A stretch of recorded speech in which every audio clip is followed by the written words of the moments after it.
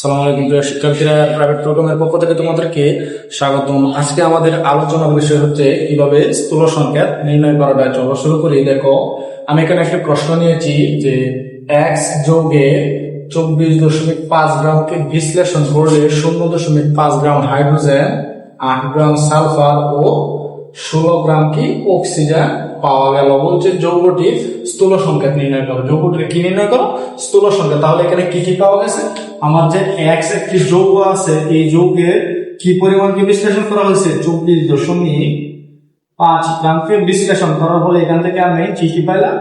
আমি পাইলাম hydrogen. Hydrogen কত গ্রাম পাইলাম? 0.5 গ্রাম। এখান থেকে পাইলাম আবার আমি সালফার। সালফার পাইলাম 8 গ্রাম। আবার এখান থেকে আমি অক্সিজেন পাইলাম কত? 16 গ্রাম। অক্সিজেন কত গ্রাম পাইলাম? এখানে 16 গ্রাম পাইলাম। তাহলে এখান থেকে আমি তিনটা মৌল পাইলাম, হাইড্রোজেন, সালফার এবং কি অক্সিজেন। তাহলে এই তিনটা মৌলের শতকরা পরিমাণ আগে করতে, মানে আগে তোমার শতকরা সংযুক্তি নির্ণয় করতে হবে। এবং এর আগের ক্লাসটি আমরা শতকরা সংযুক্তি নিয়ে আলোচনা করেছিলাম। তো দেখো, এখানে আমি আগে শতকরা সংযুক্তি নিব। তাহলে প্রথমে আমি হাইড্রোজেনের শতকরা সংযুক্তি বের করি বা শতকরা পরিমাণ বের করি। তাহলে এই ক্ষেত্রে আমি লিখতে পারি কি, যে হাইড্রোজেনের শতকরা পরিমাণ।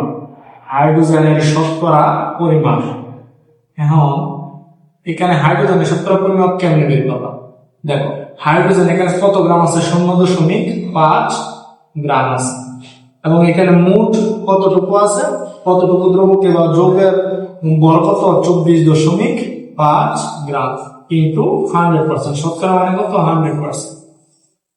এটাকে যদি আমরা ক্যালকুলেটরের সাহায্যে করি তাহলে আমার আনসার আসে 2.04%। 2.04%। একইভাবে আমরা সালফারের শতকরা পরিমাণ বের করি। শতকরা পরিমাপ। সালফারের কি? শতকরা পরিমাপ। দেখো, সালফার এখানে কত গ্রাম আছে? সালফার আছে 8 গ্রাম। বা এখানে যৌগের বল কত? 24.5 ইন্টু শতকরা মানে 100%। তাহলে এখানে সালফারের শতকরা পরিমাণ কত আসে? এটাকে যদি আমরা ক্যালকুলেটর সাহায্য করি তাহলে আসে 32.65%।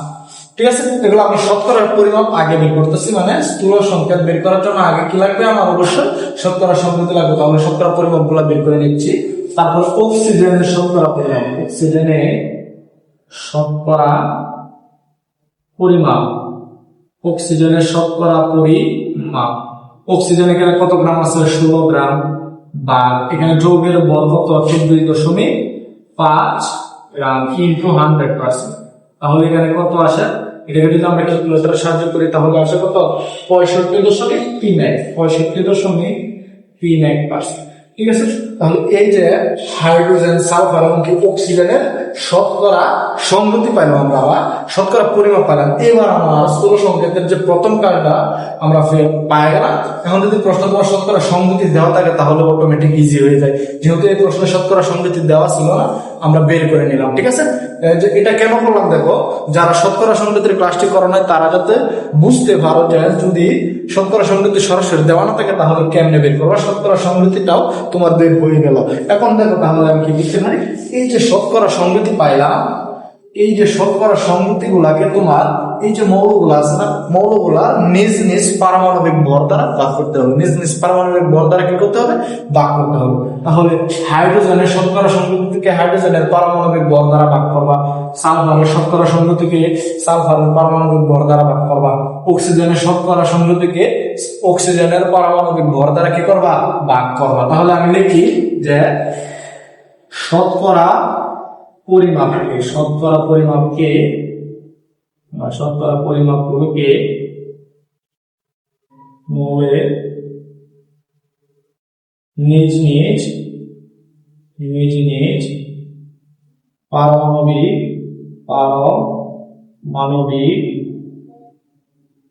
ভর দ্বারা ভাগ করি। ভর দ্বারা কি করি? ভর দ্বারা ভাগ করি। তাহলে চলো ভাগ করি। প্রথমে আমরা হাইড্রোজেনের নিলাম। হাইড্রোজেনের শতকরা সংযুক্তি কত পাইছি? 2.04। হাইড্রোজেনের শতকরা সংযুক্তি পাইছি 2.04। হাইড্রোজেনের বল কত? 1। তাহলে একে ভাগ করা কত আসবে? 2.04। তারপরে কি? সালফার। সালফারের শতকরা সংযুক্তি কত পাইছি? 32.65। এবং সালফারের ভর কত 32, সালফারের পারমাণবিক সংখ্যা 16 এবং সালফারের ভর হচ্ছে 32, তাহলে 32 দ্বারা যদি একে ভাগ করি তাহলে আসবে 1.0। একইভাবে আমরা অক্সিজেনের ক্ষেত্রে যদি করি তাহলে অক্সিজেনে শতকরা সংখ্যা কি বললাম 65.31, তাহলে এই যে 65.31 একে ভাগ করলে অক্সিজেনের পারমাণবিক ভর হচ্ছে 16 দ্বারা যদি একে ভাগ করি তাহলে আমরা এটাকে ভাগ করি 464, তাহলে 4.0, কত আসবে 4.0। তার মানে আমরা শতকরা পরিমাপগুলোকে মৌলের নিজ নিজ পারমাণবিক ভর দ্বারা কি করলাম ভাগ করলাম। এবার কাজ হচ্ছে এই যে ভাগফলগুলো পাইছি, ভাগফলগুলোর মধ্যে যে ভাগফলটা সবচেয়ে ছোট বা ক্ষুদ্রতম ভাগফল দ্বারা আবার ভাগফলগুলোর কি করতে হবে ভাগ করতে হবে। যেমন আমি 3টা ভাগফল পাইছি, প্রথমে ভাগফল পাইছি 2.04, তারপরে সালফারের ক্ষেত্রে ভাগফল পাইছি 1.02, অক্সিজেনের ক্ষেত্রে ভাগফল পাইছি 4.08। এই যে 3টা ভাগফল পাইলাম, এই 3টা ভাগফলের মধ্যে যে ভাগফলটা ক্ষুদ্রতম, ওই ক্ষুদ্রতম ভাগফল দ্বারা এই ভাগফলগুলোরে আবার ভাগ করতে হবে। তাহলে আমি যদি লিখি যে ক্ষুদ্রতম ভাগফল দ্বারা ভাগ করে পাই। দেখো প্রথমে হাইড্রোজেনকে আমরা পারমাণবিক ভর দ্বারা ভাগ করে কত হয়েছে 2.04, ভাগফল হয়েছিলাম 2.04, এবং একে ভাগ করবো ক্ষুদ্রতম ভাগফল দ্বারা, তাহলে এক্ষেত্রে আমার ক্ষুদ্রতম ভাগফল হচ্ছে 1.0, ক্ষুদ্রতম ভাগফল কত 1.0, যদি ভাগ করি তাহলে 1 আসবে। তারপরে সালফারের শতকরা পরিমাণ ভাগফলটা কত হয়েছিল 1.0, এবং এক্ষেত্রে দেখো সালফারের ভাগফল হয়েছিল 1.02, ক্ষুদ্রতম ভাগফল কিন্তু 1.02, তাহলে একে 1.02 দ্বারা কি করবা ভাগ করবা। সরি এখানে এটাকে যদি 1.02 দ্বারা ভাগ করো তাহলে 2 আসবে, কত আসবে 2 আসবে, এবং এখানে আসবে 1। তারপর অক্সিজেনের ক্ষেত্রে কি অক্সিজেনের ভাগফল পাইছিলাম 4.08, একে ক্ষুদ্রতম ভাগফল হচ্ছে 1.0, এই 1.02 দ্বারা ভাগ করলে আসবো 4 আসবে, কত আসবে 4। তাহলে এবার আমরা যদি এই হাইড্রোজেন সালফার এবং অক্সিজেনের অনুপাতটা করি, হাইড্রোজেন সালফার এবং অক্সিজেনের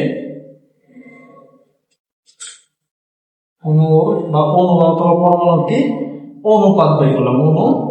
অনুপাতটা কি 2:1 কত 2:1:4, তাহলে সুতরাং স্থূল সংকেত কি বের করবো, স্থূল সংকেত এখানে দাও প্রথমে কি হাইড্রোজেন, তারপরে সালফার, তারপরে কি অক্সিজেন। এখন দাও হাইড্রোজেন কত পাইছি 2, হাইড্রোজেনের নিচে বসাও, সালফার কত 1 বসানো দরকার নাই, অক্সিজেনের কত পাইছি 4 আছে। তাহলে আমি স্থূল সংকেত পাইলাম H2SO4, স্থূল সংকেত কি পাইলাম H2SO4। এই ছিল আমাদের স্থূল সংকেত নির্ণয়ের সম্পূর্ণ ক্লাস। আশা করি তোমরা এভাবে সবকিছু করতে পারবে, সব স্থূল সংকেত এখান থেকে নির্ণয় করতে পারবে। যদি তোমরা আমাদের এই ক্লাসটি তোমাদের যদি ভালো লেগে থাকে তাহলে অবশ্যই আমার চ্যানেলটিকে সাবস্ক্রাইব করে দিবে। ধন্যবাদ। আর হ্যাঁ, আরেকটি কথা না বললেই নয়, তোমরা এরকম ক্লাস পেতে চাইলে অবশ্যই ভিডিওটি তোমার বন্ধু বান্ধবের মাঝে শেয়ার করে দিবে। শেয়ার করলে হয় কি আমাদের একটু উৎসাহ বাড়ে, আমাদের একটু আগ্রহ বৃদ্ধি পায়, যাতে আমরা নতুন ক্লাস তোমাদের সামনে নিয়ে আসতে পারি। সো আমাদেরকে সাপোর্ট করবা, আমাদের চ্যানেলটিকে সাবস্ক্রাইব করে দিবা। ধন্যবাদ। আর এই ক্লাসটি তোমরা খুব মনোযোগ সহকারে দেখবা, তাহলে তোমরা পরীক্ষায় এই টাইপ থেকে যত প্রশ্ন আসবে সব প্রশ্নই তোমরা করতে পারবা। এবং এই ওয়ার্ডার যতগুলো টাইপের ম্যাথ আছে সবগুলো টাইপের ম্যাথই কিন্তু আমরা আলোচনা করবো।